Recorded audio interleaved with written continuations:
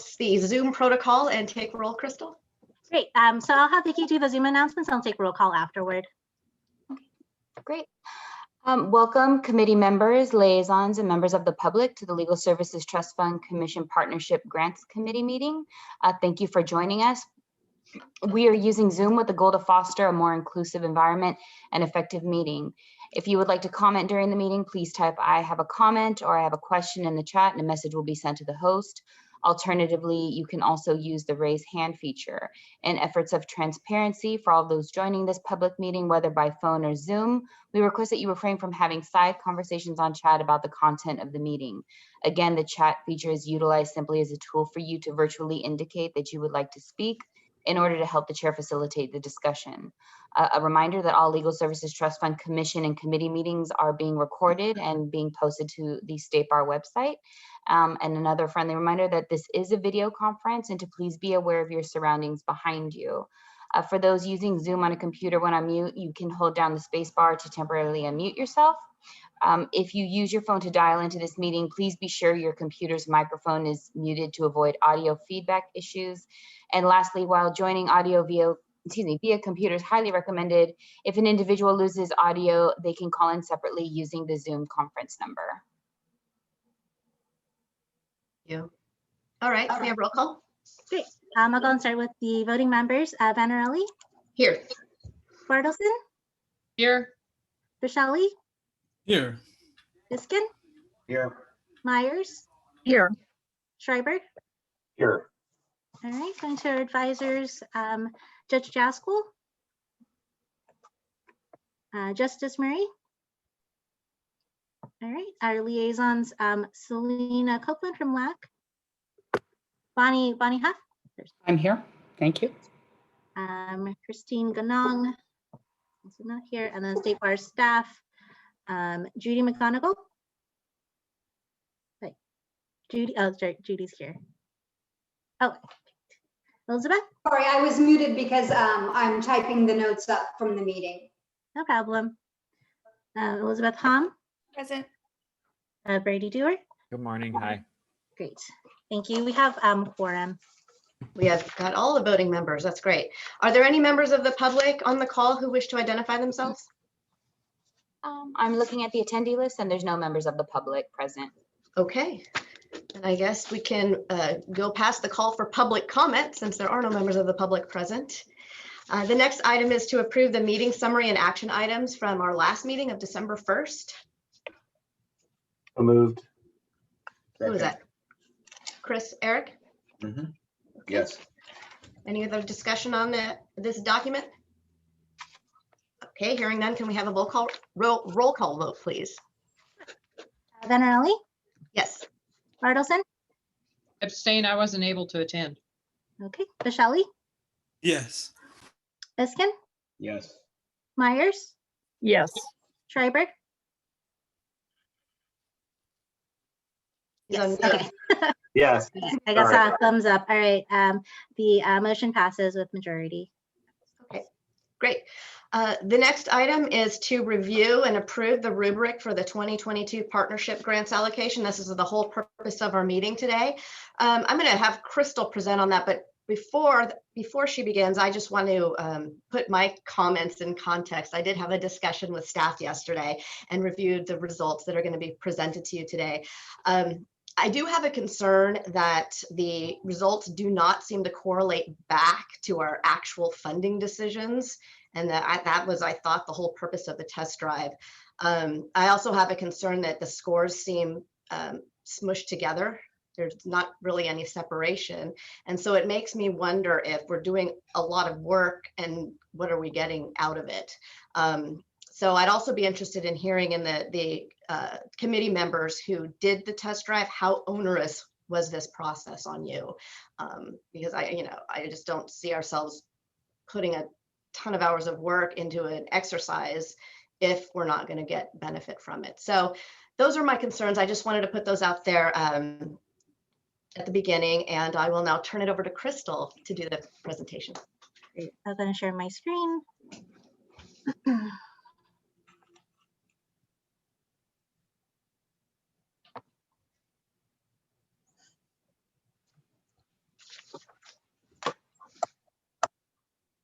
Okay.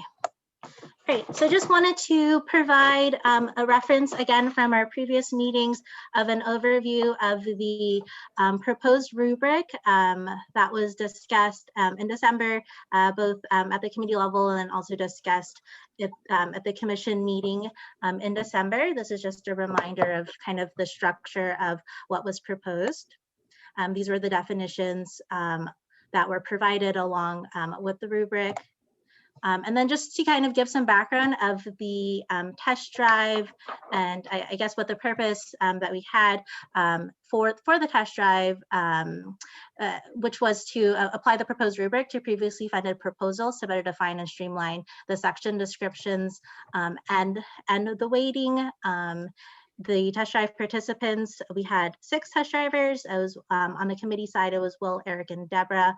And staff also did a parallel review, and that consisted of myself, Elizabeth, and Judy. The test drive packet was also attached to the meeting agenda items for today. Also, the test drive packet available was also made available to all of the full committee, consisting of the following instructions. We used 5 prior partnership grant proposals, a fillable rubric sheet for each of the proposals, and a kind of an overall feedback sheet capturing feedback across, looking at all of the 5 proposals. And the December 1 memo was also included for reference, just reminding, what the goals were for the proposed rubric, some background, and kind of how we came to that, to the proposed rubric and structure. Hey, can I ask a question, Crystal? I was one of Yes. the test drivers. How were the 5 proposals selected? Was it just random or was there a rhyme or reason? How are they selected? Yeah.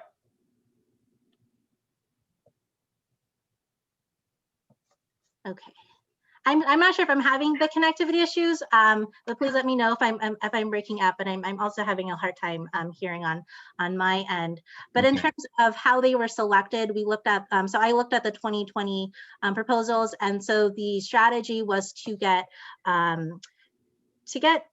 somewhat strong proposals, as well as looking at the review team trying to provide a set that wasn't necessarily reviewed by the test drive participants, just to kind of keep things fresh and kind of not using the knowledge from last year and looking at it with a fresher lens. So I mean, it was 5, mostly random, but just I wanted to get like a new project in there, one with rural, and then some other ones that were like existing in terms of varying years if it was in its like 2nd or 3rd year in funding. Okay, so this is just a score summary, and I referenced the tentative funding ranges that were discussed last May, as well as the final recommendation amount. In parentheses are the final grant award amounts. As a reminder, we did do that haircut, which is why there were slight decreases in each of the funding amounts. The next slide, we're just, the next columns here are the score ranges between within each project from each of the 5 to 6 scores for each of the projects. As you can see, the difference was about ranged from 16, and then you see here ICLS has the biggest difference with 45.5 points. So these differences, I just wanted to note, they were mostly attributed to outlier ratings, such as a tester graded a project exceeds in one category, whereas the others graded them as meets. And because there's the multiplier in the original structure, that kind of impacted like the difference in points here. We also thought that seeing the difference in points would be a tool to calibrate and have a discussion on the review team level and with the full committee as to why there was a difference in points, utilizing, trying to see where the outliers are and having a more structured discussion about why there were differing opinions, for example, on different selection criteria or different subcategories. So based on the score summary, the overall score summary, this is kind of how we'll be approaching it, looking at the different sections and the staff recommendations based on the test drive feedback. I welcome Eric, Deborah, and Will to provide their own input in each section, but these were just the staff recommendations that I'll discuss for this presentation. So based on the, yeah. Sorry to interrupt. Can we go back to the previous slide? Yes. So I just wanted to point out with ICLS, with the large difference, 45 points, as you can see that they asked for $294,000 and we ended up giving them about $92,000. And a lot of that is because there was a large portion of their grant that we actually ended up asking them to take out and so that because we did not want to fund it. And so I think, you know, I want to remind everybody that this rubric, again, is just a tool that we're using to guide the review process. And so there will be back and forth with the grantees so that they can improve their scores. You know, if there's a question about some part of the application that's not clear, staff will go back to the grantee to ask for clarification and give them the opportunity to improve their score, to provide additional information so that the committee feels comfortable with their project. So I think even though I just wanted to highlight that even though it's a big difference in the scoring, I think it would be resolved during the review process. So just wanted to put that expectation out there in case people were concerned by that. Can I also say something? Because I'll just say up front, I was clearly the outlier on that one. I was a big fan of this project for reasons I guess I could mention later if it's not appropriate now. But I will say that I was not aware when doing the test drive of any of the funding decisions that were made. So maybe that was a good thing, maybe that was a bad thing, but I'll just let you know that I did this totally divorced. And I didn't participate on the committee in the funding decisions. So I was totally unaware of how much money they asked for, how much we gave them, where we ranked them. When I did that, we did the test drive. It was cold, for whatever that's worth. I think that was really helpful, Eric. Because I think what your feedback was, I think was really helpful, kind of having like a cold perspective from it, or detached perspective. This is Bonnie. I had a question, and I think it sort of related to some of the conversations for the Partnership Grant Committee. And yes, Eric, I agree, really helpful to have your fresh perspective. But in the past, we've always given kind of a range of how much partnership grants can ask for. And I assume that we did not do that this time because this amount was so far beyond the range. And I'm wondering if the committee is considering doing something like that again, because I think, you know, if we're not going to have a range, then I think everybody should know that and, you know, be able to ask for $200,000 if that's what we think, or 194,000, whatever. But, you know, if in fact we want to keep within a whatever 90,000, you know, I think it went up to about 110,000, something like that, then I think it would be really helpful to know that. And I do think that also became sort of an issue for the housing projects where, oh my gosh, sorry, that's awfully big. Where we, I think that, you know, that it became really challenging because some projects were so big that it was difficult to figure out how you could fund more of them and how things would work, whatever. Anyway, I just would hope that the committee would consider something about range. And I'd like to throw in my 2 cents if this is the time on the test drive piece. But if it's not, tell me. And I think this is, I mean, it's the score summary. So we can talk about if you had like wanted to share your feedback, like overall, I think this would be a good point. Okay. So I you know, I was looking at it from your background information of transparency to applicants, clarity to the committee members, and equity in the review process. And I really struggled with the definitions in some places, as I'm sure like included in my feedback. You know, it's a subjective standard, and being a new guy, I look at these and say, oh, well, it meets my expectations. I don't have a lot of background from which to differentiate. This was my big problem with the innovation question. Innovation by definition means something new. And if I don't have a good history on the background, I can't really fairly evaluate or in an equitable manner whether it's innovative or not. And that's where I struggled with this, where I would hope that a rubric would be more of an issue spotting exercise, and then allowing the applicants to respond. And I think that's still partially incorporated in here, but my fear remains that because of the definitional challenges, we'll have a lot of recalibrating to do and spend a lot of time on that to actually meet what we think is appropriate because of those issues of, like, for me, it met all of my expectations. Reviewing these, they meet my expectations because I really don't have a lot. Does it answer the question? Yes, meets my expectation. So that was a really challenging piece for me because I do want to provide a meaningful feedback and use the rubric in a way that is meaningful and helps advance our process quickly. There's so much to get through, but I don't know how best to apply it, where I feel like staff might be way better equipped at going through the rubric, understanding the base expectations, and then making it,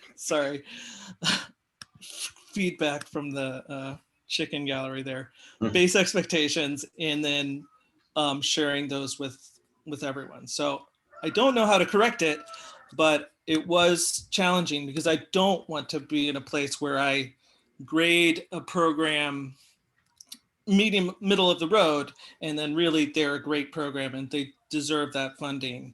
And I also don't want what happens in schools where it becomes grade inflation and everybody gets an A+ because otherwise it's failing. So those were some of my concerns. I had a lot of detailed feedback if there are any specific questions, but hopefully that's a summary of a top level understanding. Thank you, everyone. Yeah, so thanks, Will. So just to kind of address having like an kind of a fair measuring stick across towards the end of this presentation, it kind of outlines like a proposed calibration, and that initial calibration step would be staff reviewing all of the proposals and kind of coming up, calibrating internally before we even reach out to the review teams, and then comparing the scores in that end. So that is kind of what we're proposing, just because you do need to have all of the proposals reviewed like as a whole, just to know what you're comparing, and having that knowledge would help support staff when we meet with the review teams individually, because I don't believe we're proposing that the review team would review all of the applications, but we do need to have some sort of consistency in terms of where we think the ratings should be at the initial get-go. So that's one of the proposals. Great. So just kind of moving on from the scoring summary, we have different sections, so I'm sure we can have discussions at each of these points. But again, the score summary and those differences just kind of highlighted how important the calibration sections would be to just ensure the consistent application of the scoring rubric. And then utilizing these significant variances as a point of further discussion, either during the review team sessions or with the full committee. For example, ICLS, these 45.5 point difference, trying to figure out, why such the variance, which categories was there dissension on, and having a structured conversation about that. That's where we think would be helpful using this summary. I'll move forward. This should be pretty straightforward. These are the eligibility requirements. Overall, the feedback was the same, which was, can staff do the administrative review just to make sure that all the eligibility requirements are met?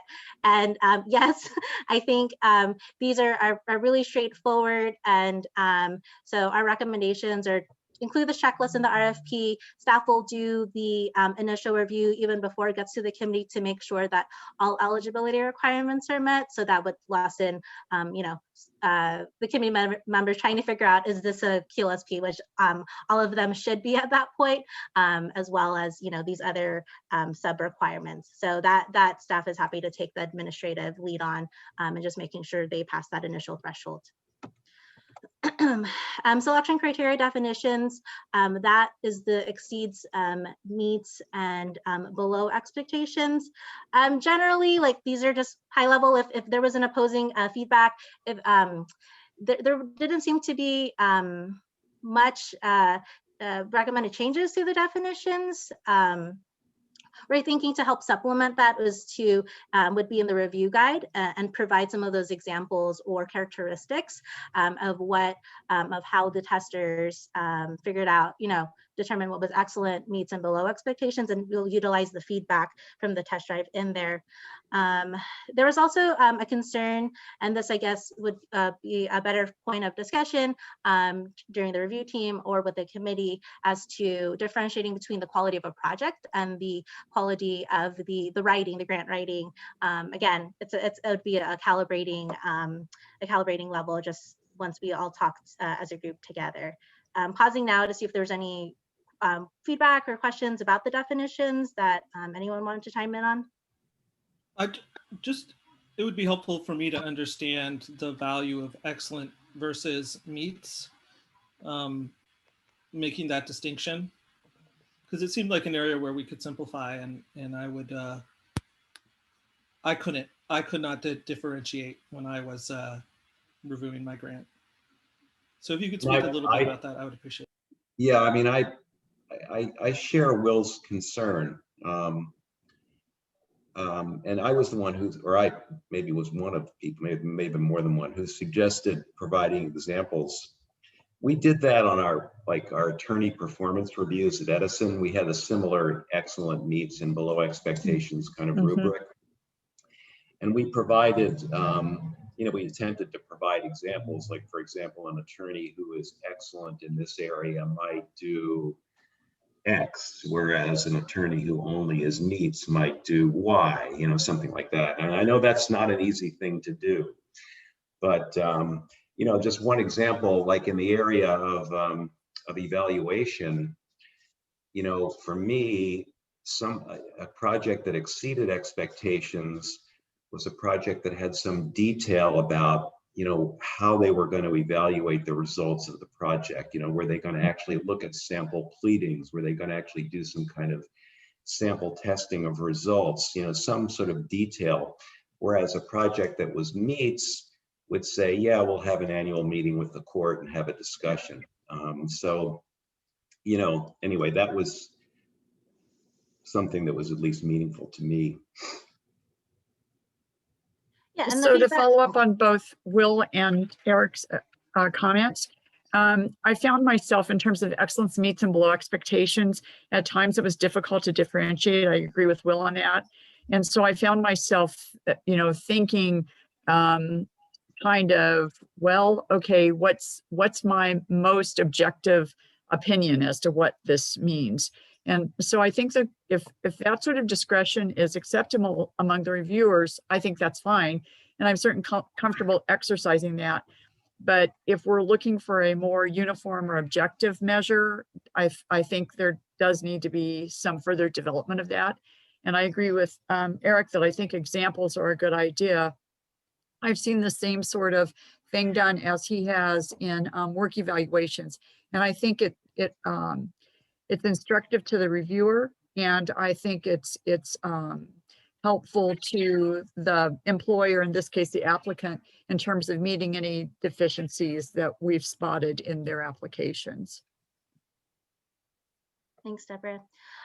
So the second bullet point, the recommendation was to include it in the review guide, just because, we can't, it would be, we staff discussed it, and we thought it'd be a little bit too prescriptive to provide those specific examples for the applicant, because it doesn't allow for things, if there's a project that has a characteristic that we haven't come across before, or they might just be limited to the examples provided, but having that be more fleshed out in the review guide and to assist the committee, we thought that would be a more appropriate place to kind of have that more in-depth description and examples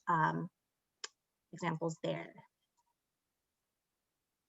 Just to repeat that back, so you're saying the applicants would receive, it would be part of the RFP packet, but the committee would have a separate instructions? So the examples, we were thinking, wouldn't necessarily be helpful in the RFP, just because they would be limiting, or we would get applications back that would only, yeah, that would only respond to the examples provided. And what we want to do is you know, to welcome like different approaches or different types of projects, and having those specific examples, like I think would be less helpful to try to cast a wider net than Okay. what we want to do.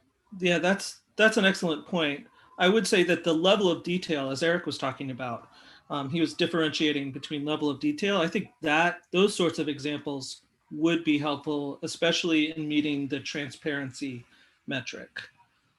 So that but again, I guess staff's going to go back and get that. If there's the level of detail isn't there, you guys are going to ask. So maybe that's a moot point there. So I'll go ahead and move. Just if I could follow up on Will's question. So I appreciate the problem with providing examples in the RFP and that it may be limiting. Although of course we could say that these are not exclusive and not intended to be limiting. But anyway, where are you suggesting that the examples would be provided? If Yeah, not in in the RFP, where would they be provided? It would be a committee and staff resource for when we review the applications, Okay. kind of like a training, like how to use the rubric and some guidance on because I think that was a feedback we've received a lot from the committee, or what are some examples, or what do you mean by this? And it would be a lot more in depth on how to approach the rubric when reviewing the proposals.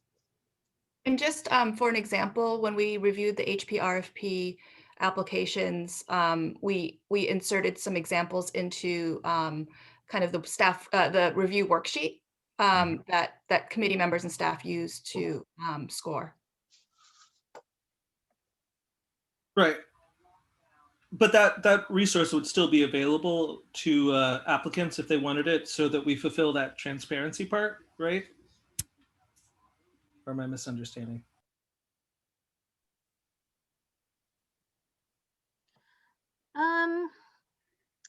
Elizabeth, I'm wondering if you had any thoughts on. I don't have any thoughts on that. I'm not. So are you saying, Will, that you would prefer that we put these examples into the RFP? I guess in terms of meeting the goal of equity and transparency, if we are going to be using those examples for our measurement purposes, then it seems fair to include them.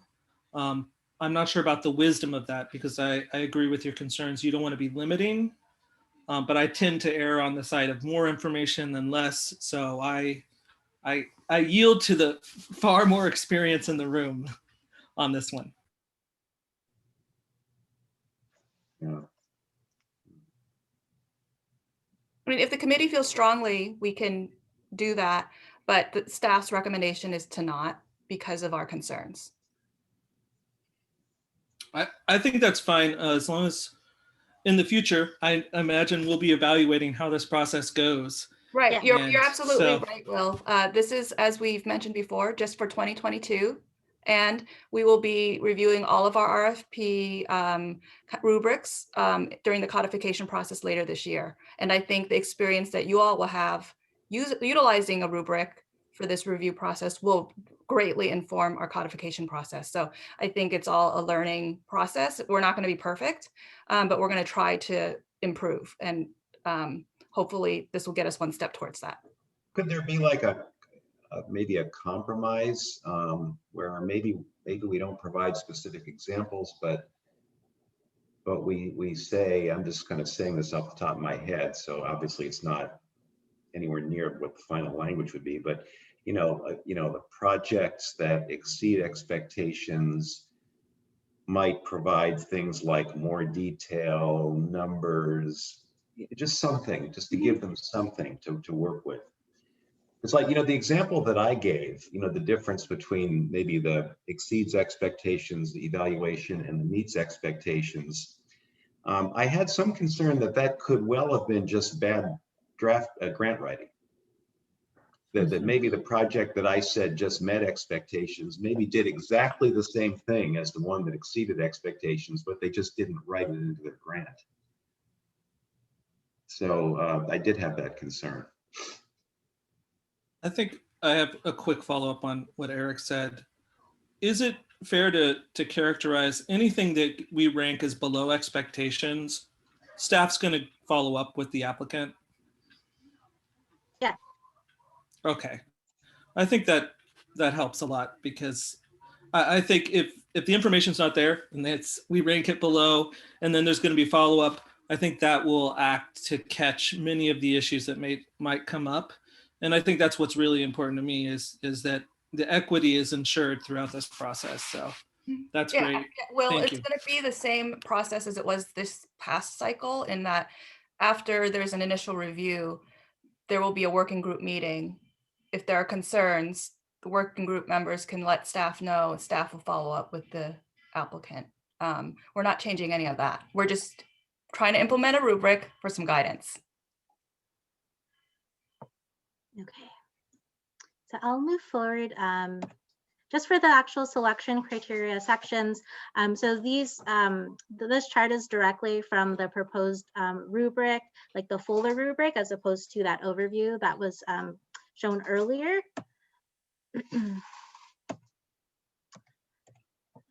So just based on the test drive feedback, staff recommendations are to keep the section scoring at 80 points. There didn't seem to be much opposition for that specific, for this selection criteria section. Also to update the application to see if there are any other aspects for court involvement that distinguish a project from other self-help clinics. I think that's would be helpful to provide. Again, examples in the review guide we can discuss further if it would be appropriate, or if the committee feels strongly about including in the RFP. But again, trying to provide the committee with enough tools, utilizing the feedback and giving some examples of what was rated as exceeds, meets, and below expectations. There's also feedback about the word meaningful in several of these subcategories. So I think either defining that or rewording it is what we'll look into in the final RFP. And then to make lives easier, having some automated calculation for the multipliers, which we can easily do as a fillable form, and just kind of tweaking it so we have room for, I think notes was another feedback, and just the math, you won't have to worry about the math. So those are just the selection, those are the staff recommendations. Before I move on, I guess Eric, Will, Deborah, if you had any feedback for the selection criteria sections, or how this was with the with your experience. I will say one thing I didn't mention yet is that we do plan on updating the application so that it flows with these categories, just so it's easier, because it was kind of like scavenger hunting for what you needed to find. So everything's there, it just will be restructured, just so if you're looking at court involvement, the section says court involvement, and you can just focus on the substance and not the location as to where it could be provided. I had a comment about project impact. There's a section of the application that I think it's question 3 that has this chart about services provided. I don't understand that chart. I have no idea what it means. I mean, I'm trying to figure out how many people the project serves. And we have these categories like if we could turn to that, I don't know whether you have any of the, just any application handy, but I just don't understand it. It seems like that could be simplified. If you guys know what I'm talking about. I can't draw it to mind, Eric, but I have to say a lot of the charts, I'm happy to hear you say that, because I think it's, well, I haven't done this but one other time. So it's about, I don't understand, rather than a problem with the chart. But having said that, I'm sure I was confused by it too. Okay, let me pull up a proposal just so everyone can see what we're talking about.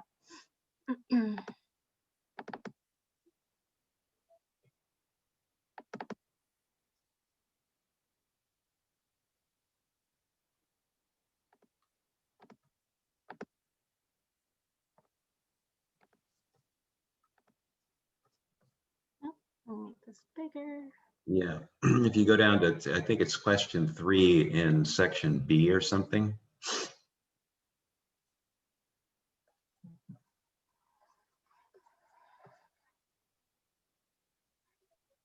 Yes, that was that chart right there. I don't know what that chart means. I will say that we do utilize the information from this chart into the larger evaluation form, because these are kind of expected goals and services that the project expects to fulfill, and then compare it to what was services actually provided at the end of the grant year term. But like, if you look at that chart, for example, I mean, I can't tell, like, you have the number 75 repeated 3 times, 6 times. The number 50 repeated 3 times. I don't know whether that's, I assume that those are the same 75 people, but I'm not really sure. Anyway, I guess what I'm just in simple terms, I'm trying to get a clear understanding of how many people are served by this project, and I don't get that from the chart. So I believe these categories are not mutually exclusive. So my first glance is that it's 75 people. I don't know, Elizabeth. I mean, I think it varies. Just looking at the chart, and I, to be honest, I can't remember exactly the entire application for Family Violence Law Center. But looking at the chart, it looks like they plan to have 50 workshops, so about one workshop a week, and throughout the time, they hope to their goal is to serve 75 people with legal information or options, 75 people with court information, and help 75 people with doc prep and review. And so that could be one person getting all 3 of those services, or 3 people getting one of each of those services, but it's a combination. We don't ask them to report exactly per client. And so these are all projections. So I think that's what I gather from looking at this. You know, I think maybe this would be a great place to modify, because I agree. I have always found this really confusing, and it's very hard for me to kind of assess. And I look at that and I say, oh, these are the same people who are getting they're getting information on legal options, they're getting information on court procedures, and they're getting doc prep. So maybe just to add something like, how many total people do you anticipate serving? Or, you know, just something so that we can be clear what they mean, because and it's hard. And I know that we use it and it's just challenging in that sense, but I think somehow getting a sense, because obviously it's really different to assess whether it's 75 people getting assistance versus 225 or, you know, whatever. So. Yeah, no, that's a really good Because those point. could also be the same people. I mean, only having one person at a workshop, 1.5 people at a workshop seems sort of strange. So potentially they're coming back, you know, for multiple workshops. Anyway, it's just, it would be helpful to have some kind of like, overall, how many people do you think you're going to be able to serve? Yeah, again, it's some guess. Yeah. That's a good point. I guess on a related question, would it be helpful to also put like how many like total workshops do you does this project plan on holding? That would be helpful. Okay, great. All right, switching screens.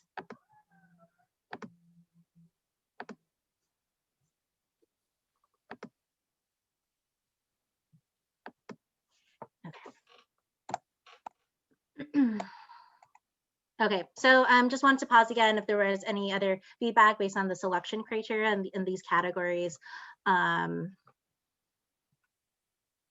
besides the staff recommendations that were proposed. So maybe we've already addressed this, but in terms of the evaluation, that was one of the areas, just to give you an example of something that was kind of difficult for me, was because I looked at it in terms of, if all you're going to tell me is you're going to have the required meetings and you're going to put out surveys, then as far as I'm concerned, you've only met it. But maybe that's more than meets.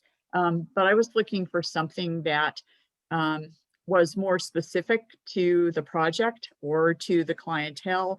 I mean, having meetings meetings are, you know, as good or as nothing as you want them to be. So I'm not sure how helpful they are in evaluations.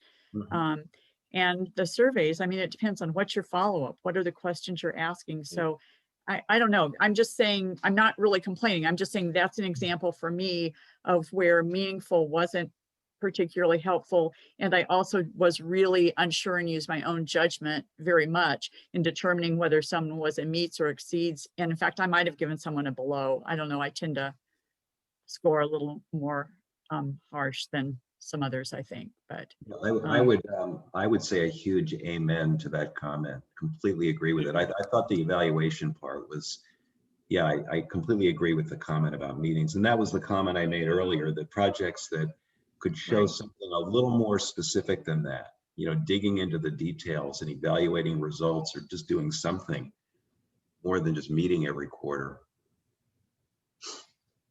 You know, which also reminds me of a comment I wanted to make about court involvement. That one, again, I often just use my discretion, and I'd really like some feedback on how appropriate that is. But so if you tell me something like, oh yeah, we met with the court and here's their letter and they think we're going to do great things. And that doesn't mean anything to me. And maybe that's because most of my life was spent in a court where you always had to have metrics to do anything. You couldn't just say, this is a good idea, or I hear we have this need, or the judges are complaining.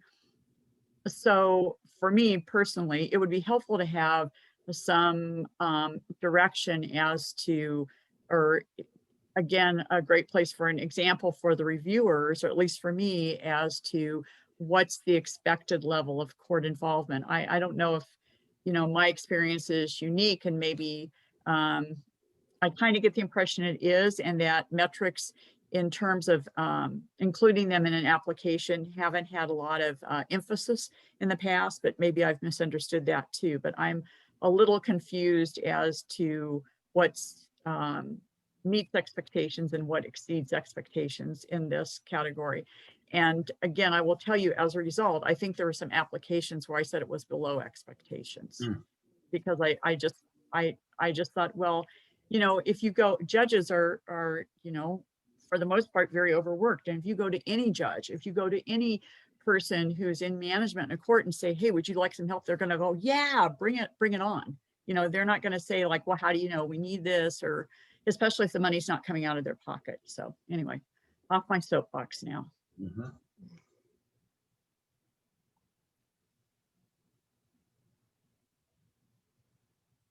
I think one point I also want to emphasize, just kind of utilizing the rubric as a tool, is that like the purpose is not to also like remove the committee discretion. That's something we want to keep intact as well. But these types of discussions, like kind of just with these subsections, for examples of like court involvement as to like what one committee member thought exceeds versus one thought meets. These are kind of the calibration types of examples that I think we'll be having in real life practice, and we can calibrate that way. Like I'm hesitant to be a little bit more prescriptive as to like what successful court involvement is, because we, you know, it is slightly different. If the committee does decide to focus on metrics, like we're not sure yet, and we are trying to like increase our outreach range as well. So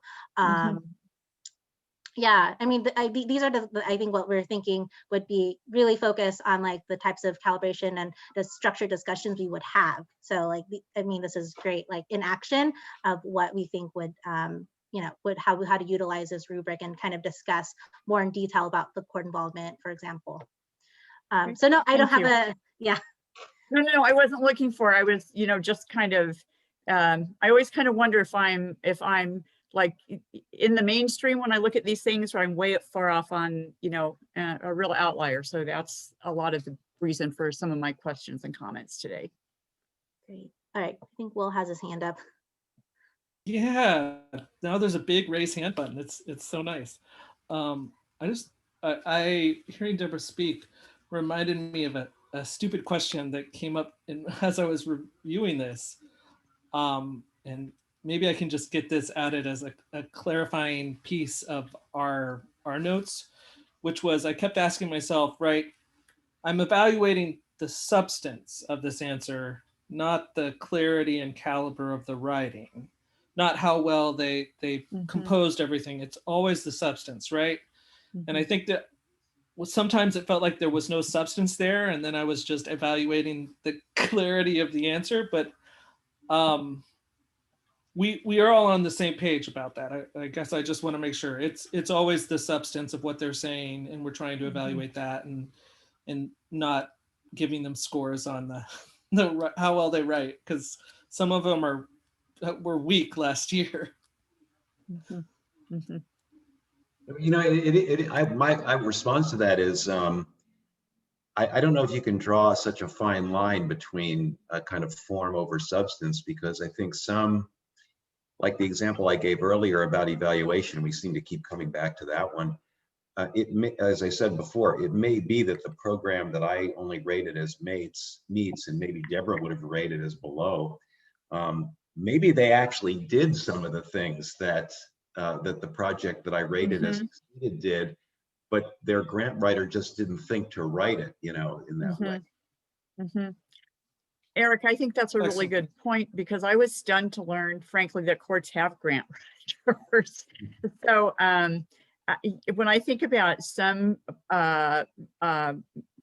person, nonprofit provider or court having a grant writer, what I imagine is that somebody with 20 other things to do yet today, and they're trying to write this grant.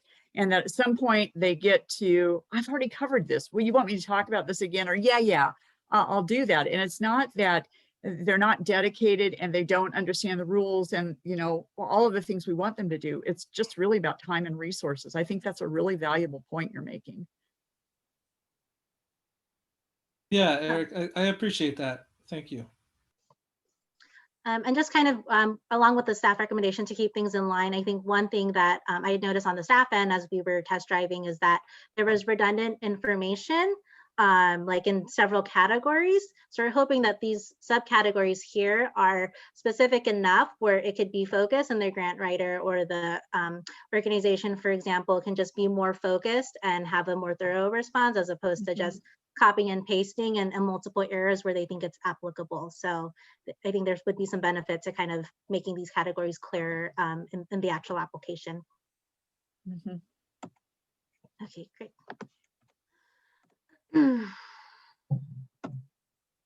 All right, and then so funding priorities. This again, as a reminder, were the list of priorities as listed in the policies. And so the purpose of this section was to, you know, first and foremost, maintain the committee discretion, but just using referencing 1, 2, and 3 as some guidance. For example, new projects didn't necessarily have to get a 5.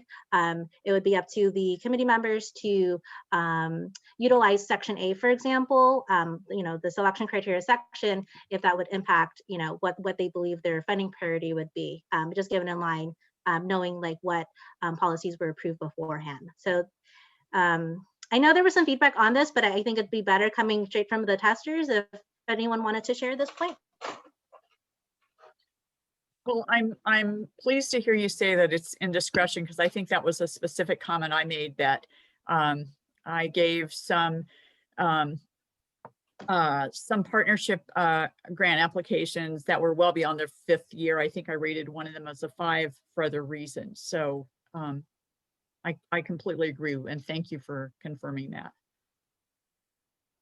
Yeah, I had trouble with this one because on the one hand, as Deborah just said, there were projects beyond their 5th year who were like in rural areas, and they clearly didn't seem to have any other source of funding, so maybe give them a 5. But then there were other projects that were in maybe more well-funded areas that were able to leverage partnership grant funding effectively with other sources of funding. And I thought, oh, that's pretty cool too. So maybe I'll give them a 5. So I was giving, like, I think I gave everybody a 4 or 5 in that category, which probably wasn't the right thing to do, but I didn't know what to do with that one. They all seemed pretty good. So maybe I need a little more guidance there. I think to echo their sentiments, I was like, if it's because these are for seed projects, if it's in the first 5 years, I was like automatic 5. And then after that determination, I did try and apply some discretion. But honestly, because I think the issue here is just how the rules are written. So I'm not going to have much feedback. And since there's discretion, you know, it's it's not ideal, but it'll be part of the review, the rule review process, in my view. Christina has a question on the previous slide. Oh, thank you. Oh, one more back. That one's fine. So one of my concerns, and I think I see why it worked out this way, was that there didn't seem to be much separation in the scores between these projects. And I see that, I mean, why are we giving any points to somebody that's below expectations? I think the ranges there are so close. And do we care? I mean, maybe not, but if we're trying to rank these projects, if that's what the goal is, then they need to be separated more. And in order to do that, instead of 2015-10, I'd go 2010-0. Just off the top of my head, I don't think the purpose is to necessarily rank. I think the purpose is to have some guidance in review, because you know, reviewing from your gut or from what past experiences that are different from the next reviewer didn't seem transparent and didn't, you know, meet our goals. And so I don't necessarily think it is to rank. I mean, obviously higher scoring projects would get funded more likely than the lowest scoring one. But I don't think the goal is to have, like, you know, fund the top 10 and only that fund the top 10. Right, but shouldn't we be able to see a difference between weaker programs and stronger programs? Are you talking about the multipliers, Christina? Yes, right. Yeah, I mean, I think that's a good, like, quantitative way to see it. And then we can use, like, the subcategories if there was any belows to see. I'm just, like, mathematically, I'm trying to think, like, what would make the most sense. You said 2010 0. Does anyone have any comments on kind of updating those? I have no opinion on the multipliers, just as long as the exceeds equals like the 100, you know, the 100 and 110. So meets and below, I think there is some wiggle room. I don't know. I feel like 0 feels like harsh, but I don't know if that's just my reaction. What does everyone else think? You know, I don't object to that, but I'm curious about Christina's comment. You said the scores were bunched up. So do you have a kind of ranking so we can see? I mean, you gave ranges for each one, but how did they, why do you say they're bunched up, Christina? There was a slide in this draft presentation that had the averages, and they were all very close. And maybe it's because, Eric, that was a good question in the beginning. Maybe it's because all of the projects were similarly strong. But in just looking at this, giving 20, 15, and 10, that shows me a very strong tendency that the scores are going to be close together. And for me as a tool, I'd like to see more of a separation. I mean, someone who exceeds expectations should get a lot more points than someone who's below expectations. I think if they're below expectations, it should be 0. Why should you get any points if they're not meeting the expectation? That's a good point. Do you have the chart of average scores? Yeah, let me pull that up as well.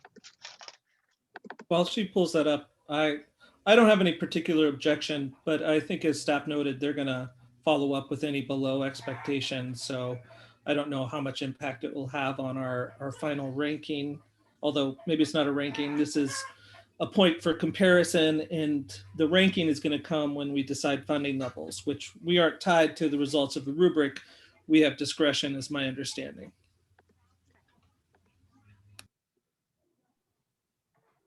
So this spreadsheet are the individual inputs from each of the categories. It was mostly for internal use. So what I did was highlight the outlier scores. And then this is where the averages are. I took off the averages, Christine, after we met, just because I didn't think it was necessarily like helpful, because you had brought up a good point that it was middling. If you see the actual averages here, they're like 74, 81, 82, 87, and 84. So that's why the averages were provided. I think the range showed more of why there was some disparities between, and when if we do adopt this and we do an individual like calibration, the initial calibration, it would look very similar to this, and staff would highlight any outliers as points of discussion, like why someone rated project budget as below versus exceeds, for example. There was another chart though that had the average score for each project. Yeah, so that was in the PowerPoint, the draft that I sent you, and I didn't, I omitted that information from this PowerPoint.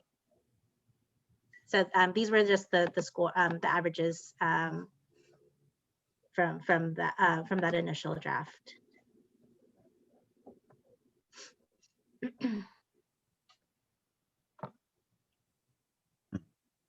Interesting. Okay, so I'll stop screening here.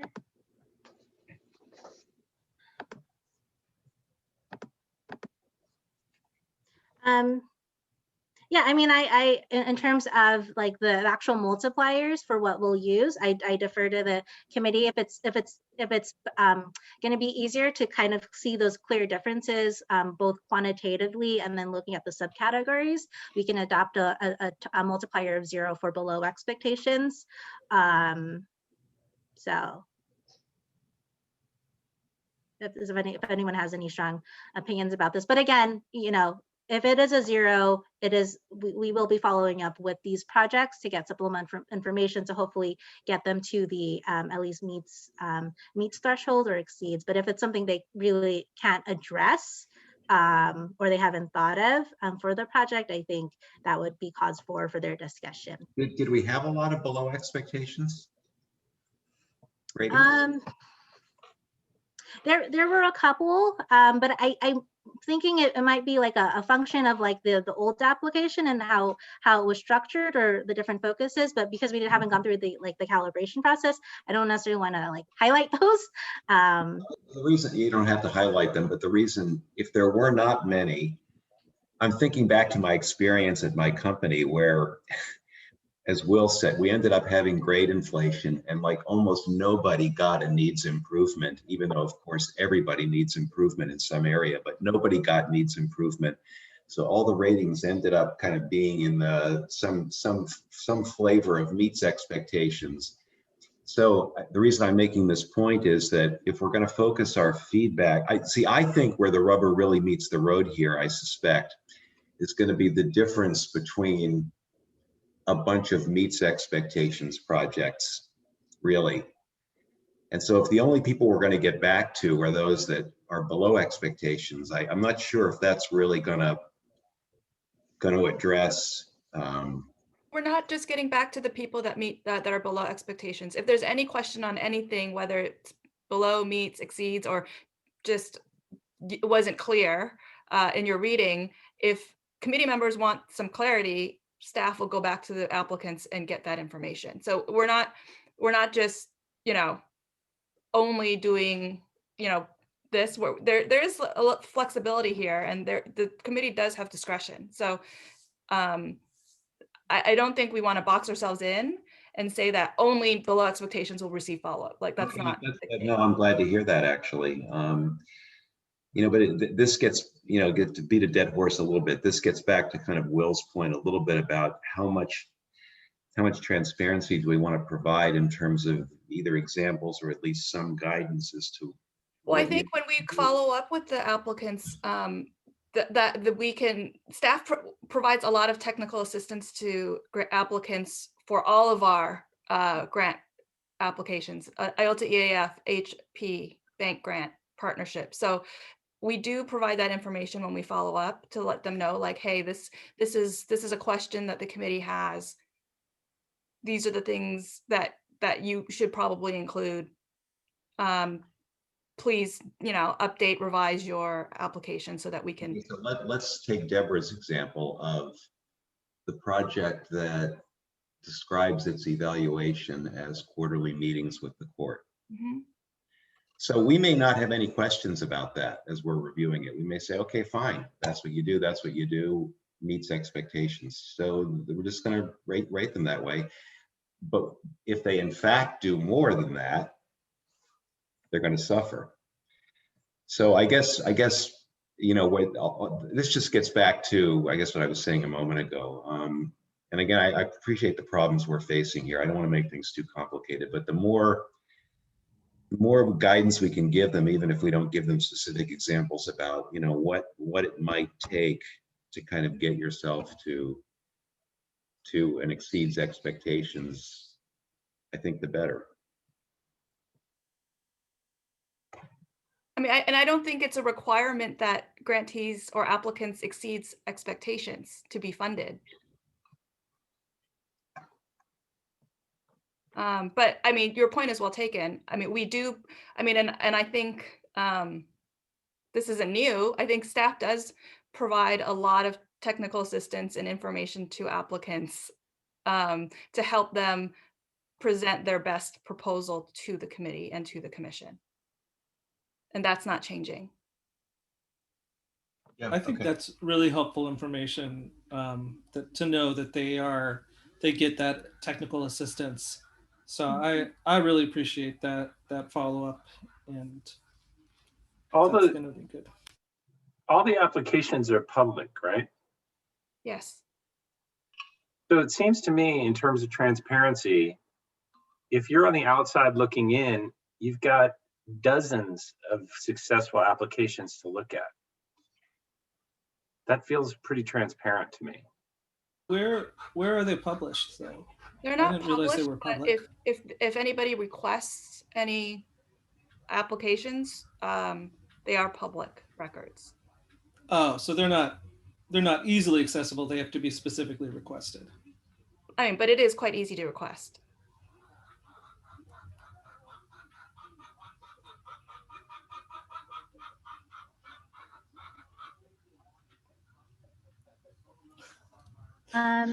Let's see. Sounds good. I'm also, I think I also wanted to raise, like, although we do have the prior proposals available, because this is a new rubric, and it'll look quite different than prior proposals. I don't necessarily know if that would be, if they would be helpful for 2022. You know, it is public, they are public record, but I feel like when we implement this, it will kind of even out like the starting field for all of the organizations. Well, unless there's going to be a paucity of money, we've done pretty much full funding with some, you know, we've approached full funding the last many years on the grants that have come in. And I don't know if this was Christina's sort of opening point, if I'm misunderstanding what it was, but like, there's a lot of sound and fury here. And I understand like the direction, but like ultimately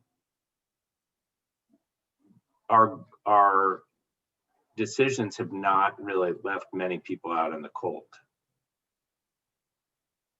May I respond, Chris? Because I think that's a really excellent point. That was my understanding, and I really appreciated the clarifications from staff on that. I think my concern and why I raised issues with this rubric is that if there is a serious loss in funding and we have to make tough decisions, I would imagine that the tendency of most people would be to fall back on the quote unquote objective rubric. And at that point, then these decisions become more meaningful. But I think your point is well taken that at this point, we expect the funding level to remain the same. And so we can afford to delay having the in-depth discussion, especially if this won't be the deciding factor. And I think it was a misunderstanding on my part there. Well, I guess like the response to that is that I think ultimately there's a value judgment that would be applied in that hypothetical, which is, are you going to fund fewer projects or at higher value, or more projects at a lesser value? And that's not revealed through this rubric. So that's ultimately, and I don't have an opinion about what is correct in that hypothetical. I think either could be correct given the particular facts. So, you know, yeah. So ultimately, like, if we're planning, if the purpose of this is to plan for lean times, I still think it leaves an open question about what the discretion of the committee and the commission would ultimately be on the fundamental question of whether you are going to give more money to fewer people or less money to more people. And that's really not a function of scoring, because if you set the cut line at 8 versus 16, or at 16 versus 24, you know, you're essentially drawing an arbitrary line there. What we've done historically is we've said, look, these are all qualifying grants for, you know, based on our analysis of the sort of full scope of the applicants. And when there's been a shortfall, we've said we're going to cut from each of the grants, you know, a prorated percentage, or we're going to take them all down, you know, a flat percentage. And, you know, when you've got scores attached, I think it just begs the question of the value judgment. So for example, let's say we have $2 million worth of money to give away, and we've got $2.1 million in qualifying grants. How do you bridge the gap of that $100,000 shortfall? Well, scoring would suggest that one way you could do it is you could say, well, we're just going to take that $100,000 out of the lowest scoring grant. And you could just gut number 16 or 24 or not number 8, whatever the number of grants is. And you could take all 100 grand out of that. Now, would that be inappropriate or wrong? No, not necessarily. It's just a value judgment. But the score doesn't really reveal what the committee or the commission will ultimately do. So, I mean, I don't need to say anything else. I understand, you know, why staff is tasked with this and what the motivation is. But to me, you know, ultimately our charge is the same, which is to try to get people who are below expectations to meeting and above, and to make value judgments that are not evident on these scores. I don't know, it's a lot of work. Yeah. And I'm not sure it solves any problem, or if there's even a problem to be solved. But I assumed, I came into this late, I assumed that the reason we're doing this is because there was some concern about whether we were objectively rating the projects. I assume that's why we're doing this. I see this as a solution in search of a problem. Yeah. I really do. I mean, I've been doing this for however many years with you, Christina. Mm-hmm. I just don't, I mean, and look, I'm very sympathetic to both the trustees wanting to create this equity and transparency, et cetera, et cetera. I totally understand the motivation. But to me, like, just because something can be measured, and maybe I'll channel Jim Meeker here, doesn't mean you should measure it. And I just think, like, there's a lot of faux objectivity here. I mean, it's riddled through this process. Like, and this is not a critique of staff. I think you guys have done yeoman's work, and I really want to recognize how hard this is. But, like, you know, if I felt like we were really responding to a groundswell of complaints from either the courts or the programs, it would be one thing. I've never heard that. I've never heard anybody complain about this process. If anything, the complaints have come from the committee. And the committee, I think, if anything, has expressed frustration, not with the scoring system, but really that the programs were under a lot of pressure to do what had worked in the past. And that basically just meant, hey, let's run it back. And so there was basically no real motivation to try something new because everybody was too busy putting out front burner fires.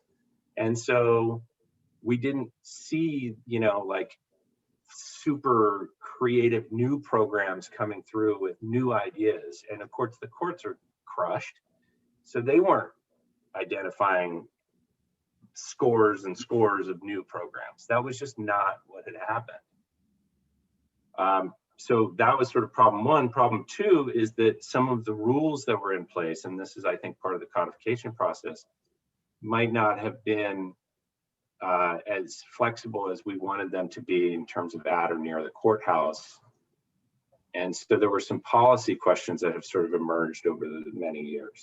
But at no point have I heard really from staff or from programs, you know, gosh, we wish the programs or that the process was more transparent or that it was unfair. I mean, Christina, correct me if I'm wrong, but so I don't know. I feel more than anything, I feel really badly for staff. And I know you've spent a lot of work and you've done really great work to try to make this good, but this is, to me, hard to really feel great about. But I'm done complaining. Isn't to replace this committee's discretion. This rubric is, again, just a tool to guide some discussions, to guide the review process. I mean, you're right. Staff, we've put a lot of time into this. Crystal has put a lot of time into this, trying to make this work. This is a temporary rubric. We will revisit again with codification, just like there were issues, and not issues, but there were areas where we could improve with the HP RFP rubric. There will be undoubtedly things to improve for this rubric as well when we go through the codification process, but we do need to start from somewhere.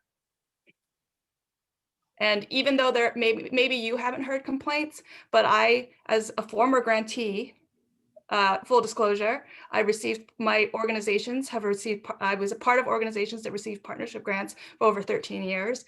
And there is a lot of question. There is like, oh, I'm not sure why this got through this year and didn't the next year. It must be who the reviewers are.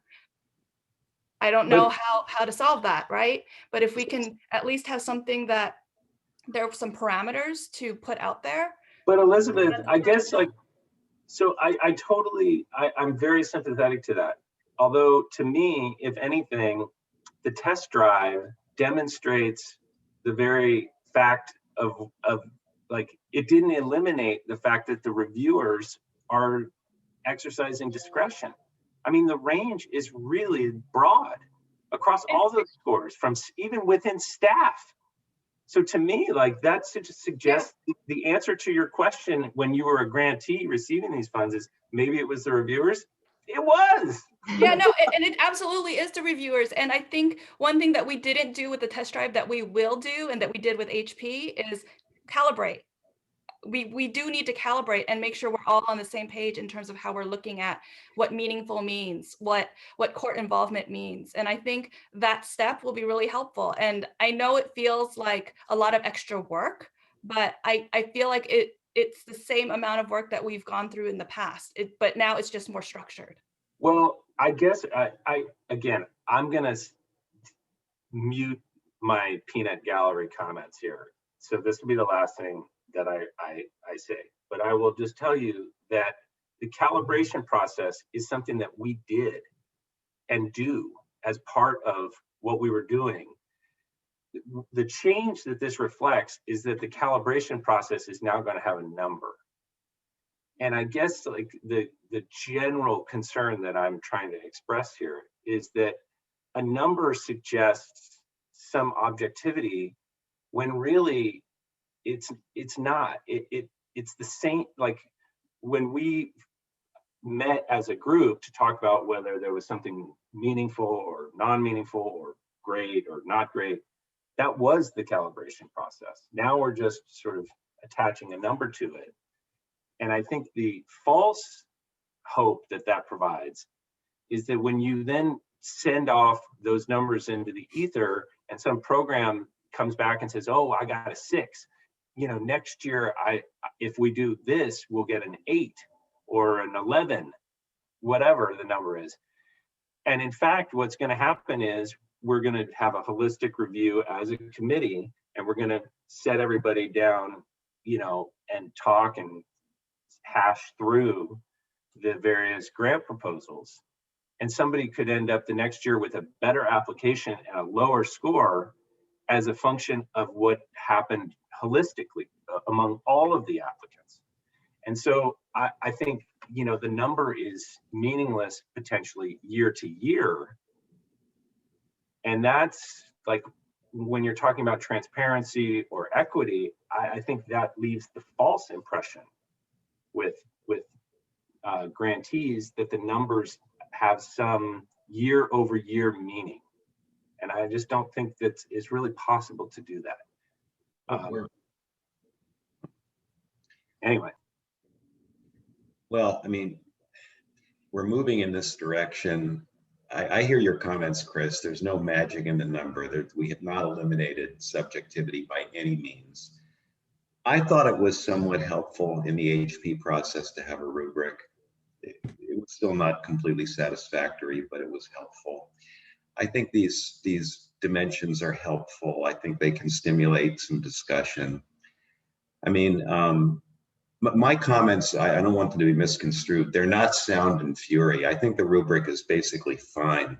My only suggestion is maybe we put a little bit more detail into it in the areas that we talked about, and maybe change that the question, the chart, to make it a little more meaningful. I mean, other than that, I'm personally happy with the rubric. I mean, I'm not thrilled with it, but I'm happy with it. I think it's a step forward.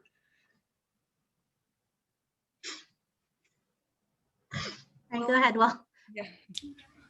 Sorry, I don't want to take up too much time, but I just wanted to say that I really appreciate what Chris said. I think spot on.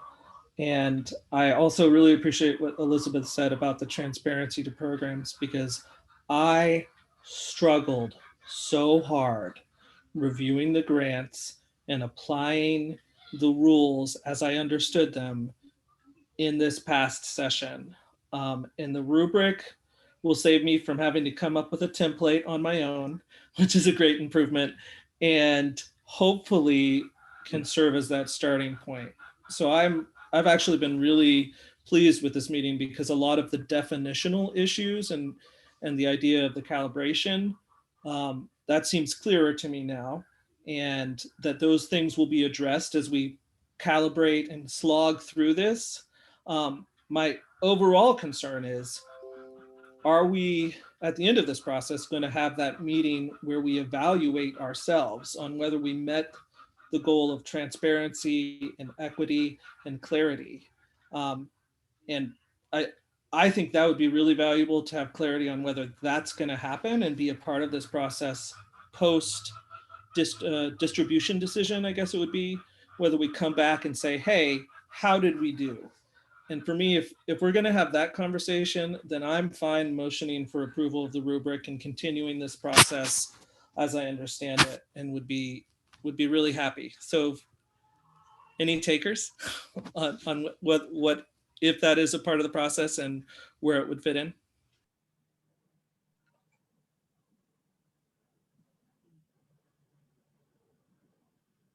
So I guess just to respond to Will, I mean, assuming the committee would like to have a debrief after we complete the funding cycle, we can definitely do that. For me, that would be vital. We have to say, how did we do? Did this rubric improve the transparency and equity? And with that understanding, I'm glad to make the motion that we approve it. So your Have you motion, talked about the innovation, how that got scored?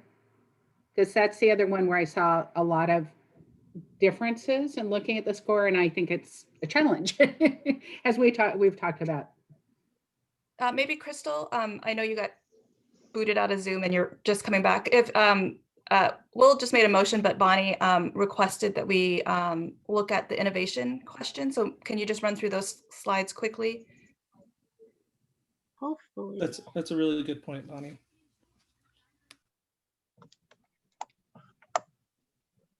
Okay, so just for the innovation section. Yes. Let's see.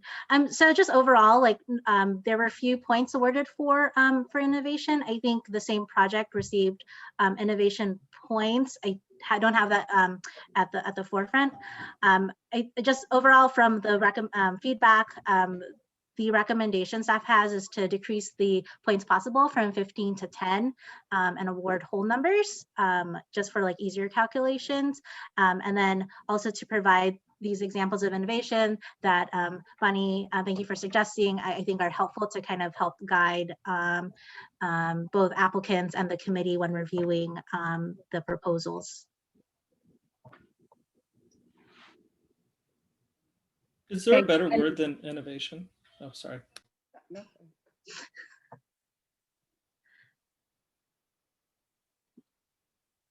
Bonnie, did you have a comment?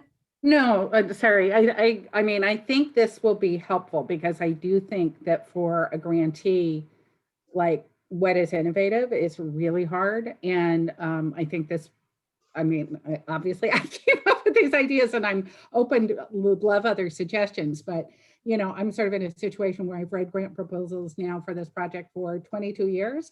So it's like not so innovative. We had that project 10 years ago, you know, where for Will, who it's its first year, is kind of going like, oh, well, that's kind of interesting. I haven't, you know, whatever. So, I mean, I think having some kind of thing, and also, you know, I mean, I can say, oh, well, there's another court that's doing this. So anyway, that was my, like, how can we provide them? I mean, I think the idea of saying, hey, we really want you to think a little bit outside the box rather than this is the 9th year that we're submitting the same project is a good one. But if other people have other suggestions for how programs can think of that, because again, if I were a grantee, I'd be kind of going like, ooh, is this really innovative? How will I know? Whatever. So that was my thought in terms of how to get there, but all suggestions really welcome.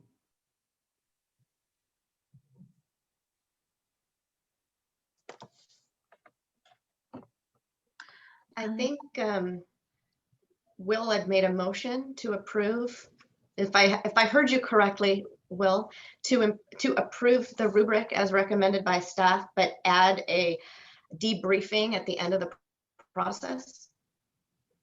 Yes, I think that sums it up. Okay. Kim seconds. Kim Marlson seconds. Is there any further discussion on this? I have a question though. So does that, we did talk about possibly supplying a little more information in the rubric.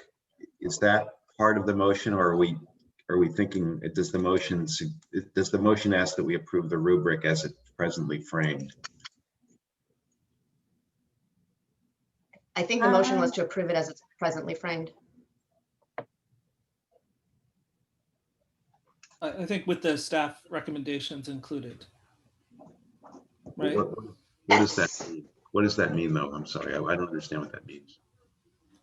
What do you mean the staff recommendations? Yeah, so My the staff understanding- recommendations go ahead. had updates to the application, kind of changing the structure of kind of like the, I wouldn't just say administrative, but like the changes based on the feedback.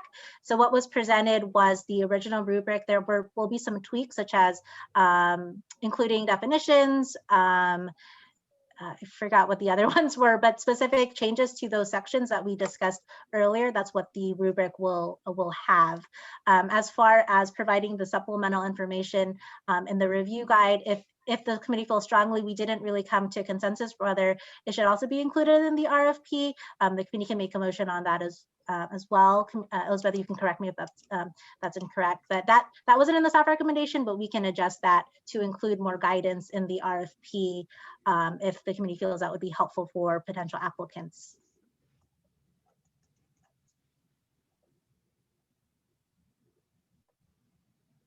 If we approve the motion, what will staff do? What are the next steps? That's Sure.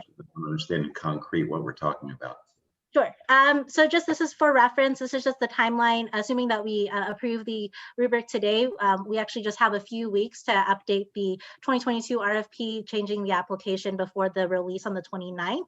And then, February, March will be outreach, and the applications or proposals are due on March 18th, and we'll have the calibration sessions in March through May. So after we approve, we just really want the staff committee consensus so we can make sure that the rubric is reflected in everything 2022, which has, as you can see, very fast approaching deadlines. So we'll be making updates to the application, to the RFP, creating a review guide for the committee members, utilizing those examples that we discussed earlier. Okay. All right. Any further discussion, questions, comments? Okay, so we have a motion and a second. Could we have a roll call vote? Sure. Vanarelli? Yes. Bartleson? Yes. Deshali? Yes. Eskin? Yes. Myers? Yes. Schreiber? Yes. Okay, great. Motion passes. Christina, can I talk about this real quickly, just while we have everyone together? So just to kind of elaborate on the calibration and kind of what we're proposing, we do believe calibration will be multi-step just because we can't get it right the first. So as I mentioned, initial calibration will be with staff who would look at the full set of proposals received, and then we'll do calibrations within each review team. And this would include any adjustments if any projects fall below expectations to improve their scores. And then we'll meet again, compare scores on May 7th, which is our next meeting as a full committee to discuss the initial funding recommendation and ranges. So the scores, I think Chris commented on this earlier, won't necessarily dictate how the funding recommendations will be made, but it will be a reference point during both the May and the June meetings. How the committee wants to use these scores it is up to the discretion of the committee at that point. So When is the RFP actually going out? RFP goes out on the 29th, but we do have Smart Simple backend and testing to do as well, which is why we're meeting today, because we need to build enough time in case there's any kinks and errors. So yeah. And when do the proposals actually come in? They are due on the 18th of March. Okay. So our heavy time will be like April, May? The commission? Yeah. Once we receive it, we'll do that initial calibration, probably March through April, and then we'll be in touch with the review teams and the assigned projects, and have those review materials and that review guide available to the committee members at that time. Okay.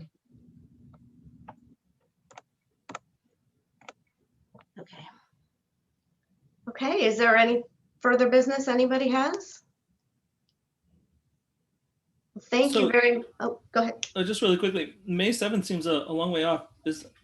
That's the calibration session, or that's the funding decision? That's May 7th. Oh, go ahead. Sorry, Crystal, go ahead. Yeah, May 7th is the first meeting of the full committee, but we will be busy from April to May reviewing the applications. We won't be meeting as the full committee. Oh, we meet in the little groups. Oh, Yeah. okay. Yeah. So we'll be in and those touch. will be serving as the calibration sessions? Or am I just misunderstanding this process? Okay. So the first step after we get all the applications in is staff will do our own calibration session so that staff we're all on the same page. And then we'll reach out to the working groups, and each working group will do their own calibration session, and then review their set of applications. And then on May 7th, we'll convene as a committee to review all the applications and discuss initial funding recommendations, similar to what we did for the last cycle. Let's see, was there a chat here? Okay. Just from Will. All right. Anything further? Crystal, great work. Yes, Here, ton of here. work. Thank you. We'll be in Appreciate it. touch. You're welcome. We'll be in touch. We're going to do a lot of admin on the back end, but hopefully it'll just be more structured and be very similar to what we've done in the past. And when we meet with the work review teams again, we'll hopefully work out any additional kinks at that end. But I'm expecting we'll get some more robust proposals for 2022 now that we'll provide a little bit more guidance to the organizations. So thank you, everyone. If you want Thank any you. commission, if you want any commission feedback, you probably don't, but if you do, on the further work that you're doing to finalize any of this, I mean, I'm happy to be a sounding board if that would be helpful. Although you probably just want to get it done at this point. But I'll just offer that. Okay, great. I might take you up on that. All right. Thank you, everybody. Thank Thank you. you. Happy New Year. Happy New Bye. Year. Happy New Year. Thank you.